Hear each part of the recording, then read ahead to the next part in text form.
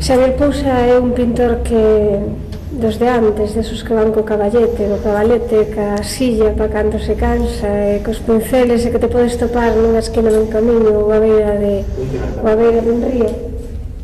É así, é ese pintor, Xavier Pousa.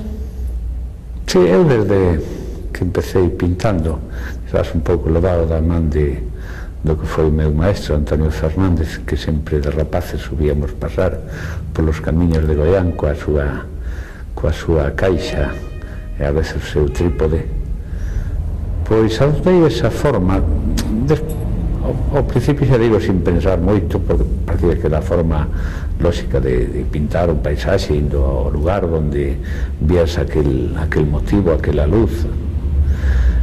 Logo, máis tarde, incluso pensei que era eso interesante o seguir cultivando. A revolución dos impresionistas deuse precisamente de salir do estudio, de salir das temas convencionales, e encontrarse coa realidade directa, un pouco a aportación que foi o cine, o neorrealismo ao cine, non? De salir coa cámara directamente a onde está a vida, onde está a realidade. Esa foi a gran revolución do impresionismo. Entón eu me sentín aí máis ou menos satisfeito.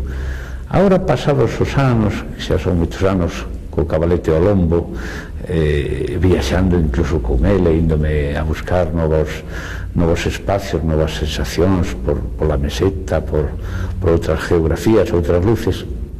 O pintor é o mesmo, pero a realidade cambia, entonces as circunstancias mandan a veces moito na retina de un e nos seus conceptos incluso. E penso que iso pode ter... Estamos a final do siglo XX, se fixo neste siglo moita pintura conceptual, moita pintura experimental, pero observo que contra aquilo que se tratou de reaccionar, que foi contra a academia, as vanguardias caíron noutra academia, que a repetición dunhas determinadas fórmulas, e penso que o contacto coa naturaleza, coa realidade, que te vacuna un pouquiño desa reiteración excesiva que supón o traballar solo co meu. E como evoluciona... Sí. Como evoluciona dentro do mesmo estilo? Como se evoluciona? Non se aborrece un de pintar no mesmo estilo a paisaxe, ou ben de Galicia ou ben de Castela? Sí, unha das características das culturas occidentales da nosa civilización, que son culturas dinámicas, e se produce o hastío. É dicir, as culturas orientales non son contemplativas, e 500 anos antes ou 500 anos despois son a manifestación artística dun chino e indiferente. Nós, a partir de Grecia, sí, somos... O románico foi sustituído polo gótico, o gótico polo renacimento, polo barroco, polo romanticismo, e actualmente xa case son ismos que se producen non cada década, senón cada otoño, igual que a moda. Precisamente por ese hastío, e por iso é onde eu penso que a evolución da estética de un dentro de... ao estar en contacto coa naturaleza, sin te dar conta, cambias, sin proporto, cambias, porque cambiou a luz, cambiou a estrutura do paisaxe, a súa composición. Non é o mesmo enfrentarse con a llanura en Castela, donde todo espacio tes diante de ti, non tes objetos, pero tes espacio, e dar a sensación de espacio que un paisaxe aquí nos nosos valles barroco, cheo de cousas, de elementos, nos momentos te está producindo unhas emocións diferentes que se logo son reflejadas. Eu intento reflejalas, que o consiga ou non, iso penso que son os espectadores o que ten que percibilo. Fixo a comezos deste ano un intento no eso que vostede chama pintura conceptual ou no abstracto. Aquí hai unha mostra nesta exposición de esa etapa que supoño que abandonou. Non foi un intento hacia a pintura abstracta. Eu pintura abstracta fixen fai moitos anos, o pasa que eu non me sentía cómodo nesa manifestación, nesa tendencia. Quer dizer, eu personalmente a outros pintores os admiro nesa tendencia, pero eu non me sentía máis feliz coa realidade.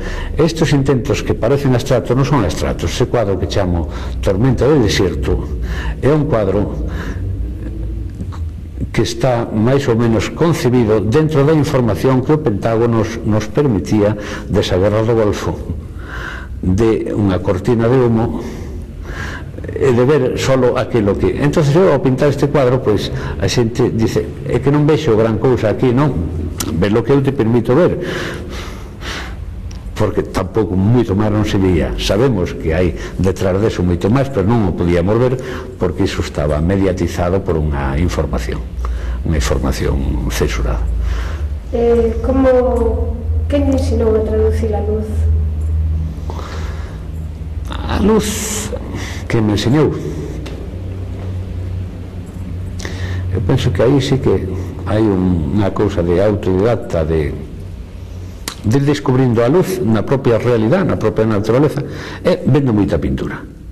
Eu fui sempre un viaxeiro impenitente, non sei, me recorren toda Europa por ver a veces un Van Gogh, un Shirley, un Pissarro, un Renoir aquí ou acolá, naquele museo municipal, naquela colección. A luz, quer dizer, vamos a ver se son capaz. A literatura é outro, polo tanto a palabra está máis cerca da literatura que da pintura. A pintura é para percibir sensorialmente a través do ollo, entón te comunica unhas realidades que son a veces difíciles de expresar con palabras, porque se pudera expresar isto con palabras, pois un hombre de pintar escribiría. Pero por iso, eu, por exemplo, non estou... Polas influencias. Sí. Empezou a mirar aí as influencias. Ahora, as influencias foron múltiples. Desde o pintor que acabamos de celebrar o centenario da súa morte, Van Gogh, a pasar por outros. É polo meu maestro Antonio Fernández, que foi un pintor que viu moi ben a luz. Quer dizer, é conveniente, aparte de saber pintar, saber ver. É unha cousa que eu lle reitero sempre así aos rapaces que me piden algún consello.